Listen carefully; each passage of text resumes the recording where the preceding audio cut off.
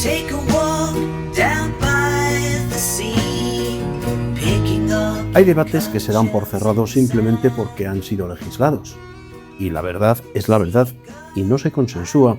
Y el simple paso por un parlamento no convierte algo en bueno porque sea legal.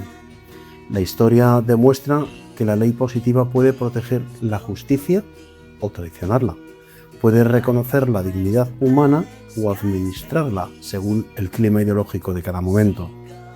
Los eufemismos no son casuales cuando ciertas ideologías se quieren imponer porque quizá el problema no esté en la resistencia moral de quienes las cuestionamos, sino en la realidad que se quiere ocultar.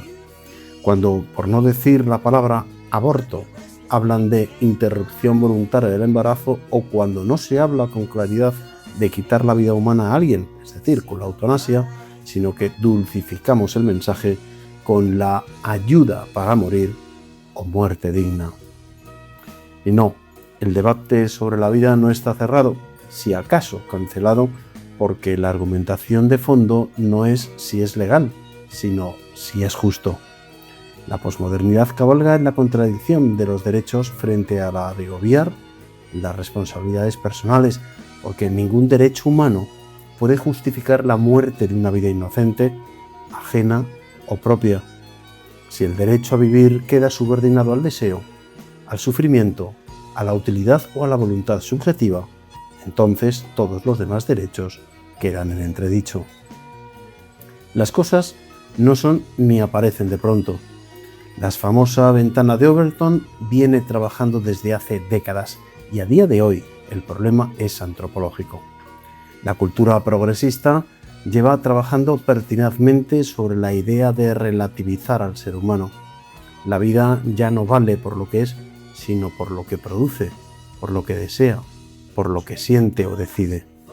No es ontológica, sino que pasa a ser funcional desde un pragmatismo positivista, es decir, el hombre vale si es autónomo, útil, sano, joven, deseado o productivo, por lo que cuando deja de serlo, se convierte en una carga para la sociedad. Fue Sartre quien defendía la idea de que la existencia precede a la esencia, es decir, que no hay esencia, sino solo existencia. El hombre no tendría una naturaleza dada, sino que se construiría a sí mismo mediante su libertad.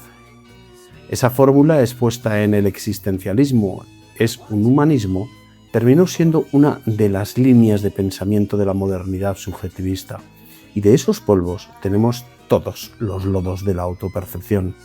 Sin embargo, una existencia sin esencia acaba reducida a un mero recurso sustituible.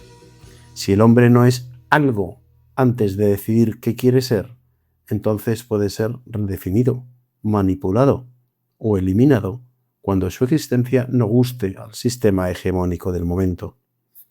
La tradición clásica y cristiana sostiene todo lo contrario. El ser humano posee una dignidad anterior al Estado, anterior al consenso social y anterior incluso a su propia conciencia de sí. La Declaración Vaticana en Dignitas Infinita recuerda que la dignidad humana es intrínseca y no reducible a la pura materialidad, porque el hombre ha sido creado a imagen de Dios. Esa afirmación no es solo teológica, tiene unas consecuencias políticas de gran calado, porque si la dignidad depende de Dios, de la naturaleza o del ser, no puede ser retirada por una mayoría parlamentaria. Y si depende solo de la voluntad, todo queda expuesto al capricho propio o ajeno. Por esta razón, la frase agitada desde el feminismo radicalizado de todo lo personal es político es tremendamente perversa porque nos roba la propia identidad desde la misma intimidad. Benedicto XVI lo expresó con una contundencia luminosa.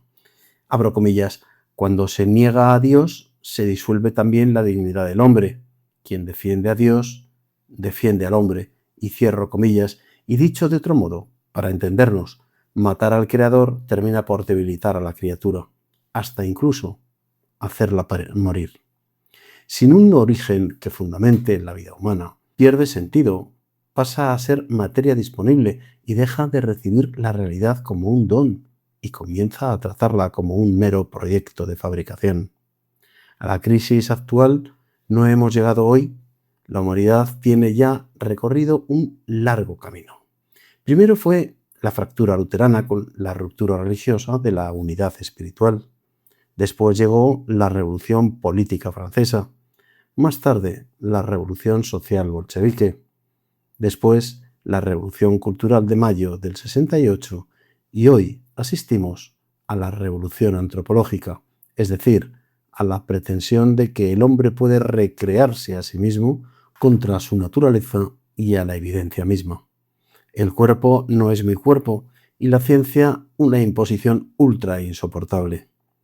La crisis no solo es un ajuste jurídico, es sobre todo una rebelión contra la realidad. La inteligencia y la voluntad no solo no son enemigas, todo lo contrario, la inteligencia reconoce la realidad y ayuda a que la voluntad se ordene hacia el bien. Al invertir nuestras potencias, la voluntad ocupa el lugar de la inteligencia y ya no es importante la verdad, sino que se declara verdadero aquello que se desea. Es decir, el sentimiento sustituye a la razón y desplaza a la realidad.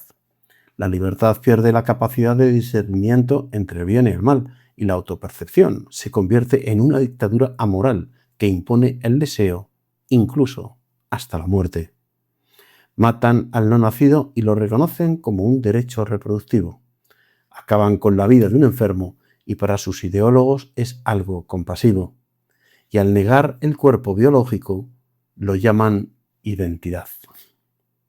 Y hoy estamos aquí, ante una civilización que se mide por cómo trata la vida cuando es dependiente e indefensa, cuando la ley deja de custodiar al inocente para legitimar su eliminación.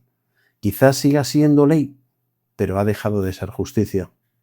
Como dijo San Juan Pablo II en 1982, abro comillas, nunca se puede legitimar la muerte de un inocente. Se minaría el mismo fundamento de la sociedad. Cierro comillas. Como colofón, recomiendo la lectura de una entrevista a Clement Harold, articulista de Catholic Herald, que dice: sin Dios, sin razón, sin moral, el callejón sin salida de la cosmovisión atea. Recuerda que Somos Libro tiene otros canales que puedes compartir, como en YouTube e iVoox como Somos Libro Oficial, en Telegram como Somos Libro y en X y en Instagram como @SomosLibro. Suscríbete a nuestros canales y recibe nuestros vídeos y podcasts semanalmente. Recuerda que Somos Libro es pensamiento crítico y recomendaciones de libros. Somos Libro.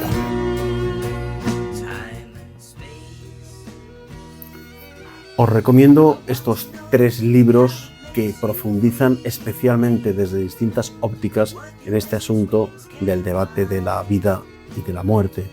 El primero de ellos es El 68 Interminable, escrito por Giancarlo Cesana, una reflexión sobre la profunda transformación cultural de Occidente y el progresivo alejamiento de la fe católica en las últimas décadas.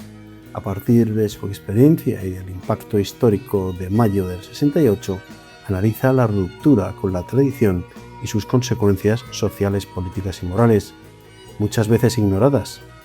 Para el autor, el espíritu del 68 no terminó entonces, sigue presente hoy, moldeando mentalidades, valores y la manera en que la sociedad entiende la libertad, la autoridad y la propia identidad humana. El segundo libro es El progresismo frente al deseo de vivir, de Vanessa Kaiser. Vivimos más años, disfrutamos de mayores comodidades y, sin embargo, cada vez resulta más difícil encontrar sentido a la vida. Este libro analiza la paradoja de unas sociedades occidentales donde aumenta la ansiedad, la depresión y la fragilidad de los vínculos humanos. Vanessa Kaiser sostiene que no se trata de fenómenos aislados, sino del resultado de una transformación cultural impulsada por corrientes progresistas que alteran la relación del individuo consigo mismo, con los demás y con la propia realidad, debilitando el deseo de vivir y normalizando la negación de la vida. Y por último, Eutanasia, de Manuel Martínez Sellés. A través de su experiencia diaria junto al sufrimiento y la enfermedad, el autor aborda cuestiones clave del debate bioético actual: la eutanasia, el suicidio asistido, la sedación, los cuidados paliativos o el sentido del dolor. El ensayo analiza también el estado vegetativo, el coma, los trasplantes y los dilemas sobre los tratamientos proporcionados, ofreciendo una reflexión médica y humana sobre la dignidad, la libertad de elección y el acompañamiento al enfermo terminal y a sus familias. Yo soy Humberto Pérez Tomé y esto ha sido Somos Libres.